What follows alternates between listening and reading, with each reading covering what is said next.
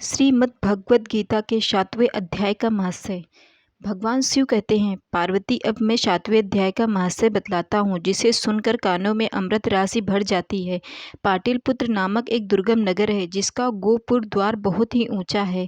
उस नगर में शंकुकर्ण नामक एक ब्राह्मण रहता था। उसने वैश्यावृत्ति का आश्रय लेकर बहुत धन कमाया, किंतु न तो कभी पितरों का तर्पण किया और न देवताओं का पूजन ही। वह धनोपार्जन में तत्पर होकर राजाओं को ही भोज दिया करता था। एक समय की बात है, उस ब्राह्मण ने अपना चौथा विवाह करने हेतु पुत्रों और बंधुओं के साथ यात्रा की। मार्ग में आधी रात के समय वह सो रहा था। एक सर्प ने कहीं से आकर उसे की बाह में डस काट लिया। उसके काटते ही ऐसी अवस्था हो गई कि मणि, यंत्र और औषधि आदि में भी उसके शरीर की रक्षा करना असाध्य जान पड़ी। तत्पश्चात कुछ ही क्षणों में उसके प्राण पखेरु उड़ गए। फिर बहुत समय के बाद वह प्रेत सर्प योनि में उत्पन्न हुआ। उसका चित्त धन की वासना में बंधा था। उसने पूर्व वृत्तांतों का स्मरण करके सोचा, मैंने जो घर के बाहर करोड़ों की संख्या में अपना धन गाड़ रखा है, उसे इन पुत्रों को वंचित करके स्वयं ही रक्षा करूंगा। एक दिन सांप की योनि से पीड़ित होकर पिता ने स्वप्न में अपने पुत्रों के समक्ष आकर अपना मनोभाव बताया। तब उसके निरंकुश पुत्रों ने सवेरे उठकर बड़े विस्मय के साथ एक दूसरे से स्वप्न की बातें कही। उनमें से मंझला पुत्र कुदाल हाथ में लिए घर से बाहर निकला और जहां उसके पिता ने सर्प योनि धारण करके रहते थे, उस स्थान पर गया।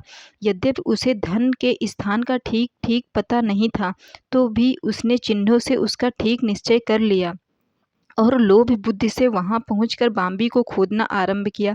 तब उस बांबी से एक बड़ा भयानक सांप प्रकट हुआ और बोला, ओ मूढ़, तू कौन है? किस लिए आया है? क्यों बिल खोद रहा है? अथवा किसने तुझे भेजा है? ये सारी बातें मेरे सामने बता। पुत्र बोला, मैं आपका पुत्र हूँ, मेरा नाम शिव है। मैं रात्रि में देखे हुए स्वप्न से विस्मित होकर यहाँ स्वर्ण लेने के कौतूहल से आया हूँ। पुत्र की यह वाणी सुनकर वह सांप हंसता हुआ उच्च स्वर में इस प्रकार स्पष्ट वचन बोला, यदि तू मेरा पुत्र है तो मुझे शीघ्र ही बंधन से मुक्त कर। मैं अपने पूर्व जन्म के गाड़े हुए धन के लिए ही इस सर्प योनि में उत्पन्न हुआ हूँ। पुत्र ने पूछा, पिता, आपकी मुक्ति कैसे होगी? इसका उपाय मुझे बताइए, क्योंकि मैं इस रात में सबको छोड़कर आपके पास आया हूँ। पिता ने कहा, बेटा, गीता के अमृतमय 7वें अध्याय को छोड़कर मुझे मुक्ति करने में तीर्थ, दान, तप और यज्ञ भी सर्वथा समर्थ नहीं है। केवल गीता का 7वां अध्याय ही प्राणियों के जरा, मृत्यु और आदि दुखों को दूर करने वाला है। पुत्र, मेरे श्राद्ध के दिन 7वें अध्याय का पाठ करने वाले ब्राह्मणों को श्रद्धापूर्वक भोजन कराओ, इससे निसंदेह मेरी मुक्ति हो जाएगी। वत्स, अपनी शक्तियों के अनुसार पूर्ण श्रद्धा के साथ विद्या, वेद विद्या में प्रवीण अन्य ब्राह्मणों को भी भोजन कराना। सर्प योनि में पड़े हुए पिता के ये वचन सुनकर सभी पुत्रों ने उसकी आज्ञा अनुसार तथा उससे भी अधिक अधिक किया।